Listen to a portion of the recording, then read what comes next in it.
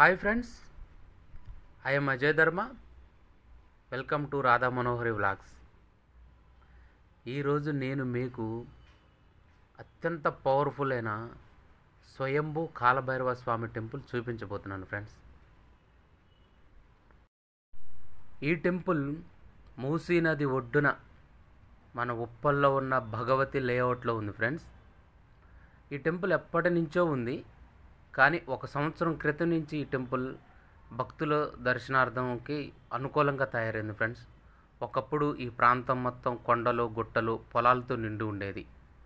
ఎప్పటి నుంచో రైతులు, కూలి వాళ్ళు ఇక్కడున్న ఈ స్వామివారిని గుర్తించి ఒక నమస్కారం చేసుకోవటం, ఒక కొబ్బరికాయ కొట్టుకోవటం జరుగుతుంది. కానీ గత ప్రభుత్వం ఈ ఏరియాలో భగవతి లేఅవుట్ అని ఒకటి ఏర్పాటు చేసి ఆ ఏరియాని డెవలప్ చేస్తున్నప్పుడు ఆ పనిచేస్తున్న కూలీలకి ఈ చిన్న కొండ మధ్యలో ఒక విచిత్ర ఆకారం కనిపించింది ఫ్రెండ్స్. వాళ్ళు దాన్ని పై అధికారులకు తెలియజేయడం జరిగింది. అందరూ వచ్చి పరిశీలనగా చూసి ఇది కాలభైరవ స్వామి, స్వయంభూ కాలభైరవ స్వామి అని తేల్చుకొని ఇక్కడ ఈ స్వామివారికి 1000 గజాల స్థలాన్ని ఆ ప్రభుత్వ అధికారులు కేటాయించడం జరిగింది ఫ్రెండ్స్. అప్పటి నుండి ఆ ఏరియాలో నివసించే గ్రామస్తులు అవ్వచ్చు, కాలభైరవ స్వామి భక్తులు అవ్వచ్చు, ఒక కమిటీగా ఏర్పడి స్వామివారిని ఎండకి ఎండనీయకుండా, వానకి తడవకుండా ఒక చిన్న రేకుల షెడ్ ఏర్పాటు చేయడం జరిగింది ఫ్రెండ్స్. అలాగే ఒక పూజారిని కూడా స్వామివారికి ఏర్పాటు చేయడం జరిగింది. స్వామివారికి రోజు ధూప దీప నైవేద్యాలని ఆ కమిటీ వారి దగ్గరుండి ఏర్పాటు చేయడం జరిగింది ఫ్రెండ్స్. అప్పటి నుండి ఈ స్వామివారి వెలుగులోకి వచ్చారు. అప్పటి నుండి కొన్ని వేల మంది భక్తులు స్వామివారి రోజు దర్శనార్థం వస్తుంటారు ఫ్రెండ్స్. ఈ ఆలయంలో అనేకమైన విచిత్రాలు ఉన్నాయి ఫ్రెండ్స్.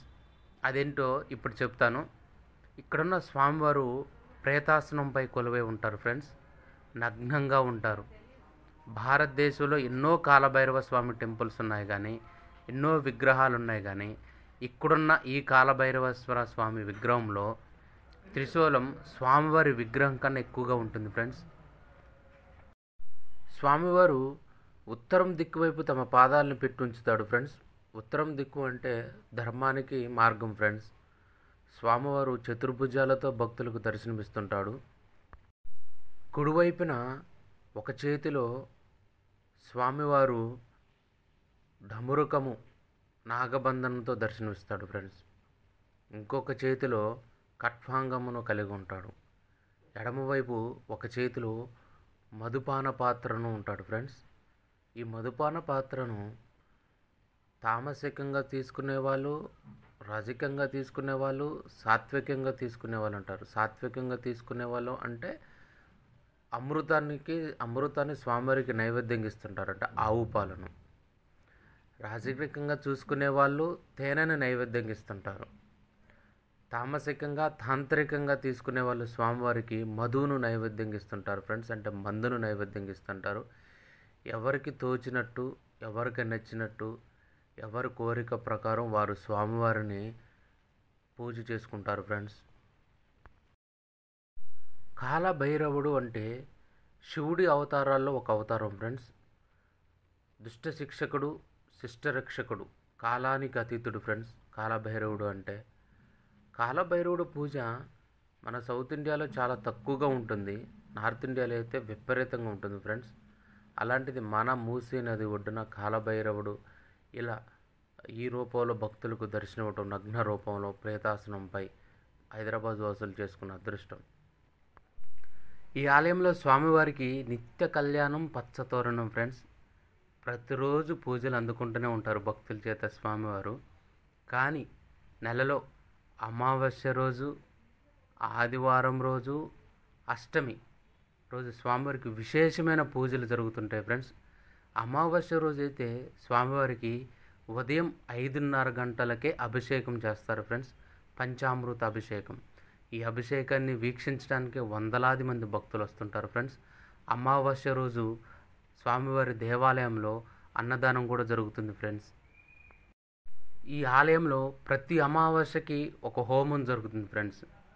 ఈ హోమం ఏంటంటే కాలభైరవ, ప్రత్యంగిర, వారాహి మాత ఈ ముగ్గురు కలిపి ఒక హోమం చేస్తారు ఫ్రెండ్స్. ఈ ఆలయంలో ఉన్న విశిష్టత ఇదే ఫ్రెండ్స్. ఈ హోమాన్ని దర్శించడం కోసం వందలాది మంది భక్తులు వస్తుంటారు ఫ్రెండ్స్. ఈ హోమాన్ని దర్శించడం వల్ల, ఈ హోమంలో పాల్గొనడం వల్ల దుష్టగ్రహ పీడలు ఏవైతే ఉంటాయో అవి తొలగిపోతాయి ఫ్రెండ్స్.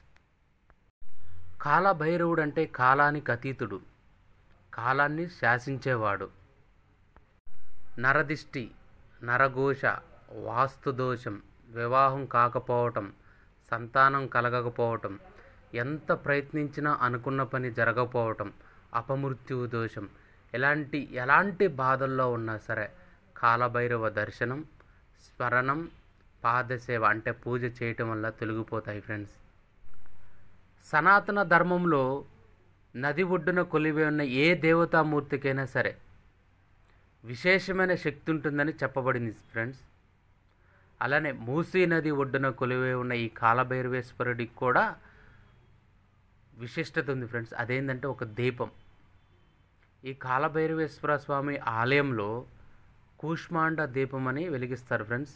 ఈ దీపాన్ని గుమ్మడికాయలు వెలిగిస్తారు. ఈ ఆలయంలో 5 అమావాస్యలైనా సరే, 5 ఆదివారాలైనా సరే, 5 అష్టమలైనా సరే కూష్మాండ దీపాన్ని వెలిగించి స్వామివారిని మనస్ఫూర్తిగా స్మరించుకొని మనకి ఏదైతే ధర్మబద్ధమైన కోరిక ఉందో అది స్వామివారికి విన్నవించుకుంటే తప్పనిసరిగా నెరవేరుతుందంట ఫ్రెండ్స్. ఇది నేను చెప్పటం కాదు, ఇక్కడ దర్శనార్థం వచ్చిన భక్తుల్ని కూడా అడిగి కనుక్కున్నాను ఫ్రెండ్స్. అంత పవర్ఫుల్ ఈ టెంపుల్. మీరు కూడా ఈ స్వామివారిని దర్శించి స్వామివారి అనుగ్రహానికి పాత్రులు కాగలరని కోరుకుంటున్నాను ఫ్రెండ్స్. విచిత్రం ఫ్రెండ్స్, కాలభైరవుడి వాహనం కుక్కలంట. ఈ దేవాలయంలో ఎక్కడ చూసినా కుక్కలే ఉన్నాయి ఫ్రెండ్స్. ఇక్కడికి వచ్చిన భక్తులు ఈ కుక్కలకి పాలు పోస్తున్నారు ఫ్రెండ్స్. ఈ దేవాలయమే ఒక మిస్టరీ లాగా ఉంది ఫ్రెండ్స్. చాలా అద్భుతమైన పాజిటివ్ వైబ్స్ ఉన్నాయి ఫ్రెండ్స్ ఈ దేవాలయంలో. ఈ దేవాలయంలో నాకు మెడిటేషన్ చాలా మంచిగా కుదిరింది ఫ్రెండ్స్. ఓకే ఫ్రెండ్స్, ఈ వీడియో మీకు నచ్చింది కదా. నెక్స్ట్ ఇంకొక మంచి వీడియోతో మీ ముందుకు వస్తాను friends. Like and share, subscribe friends. Please encourage me.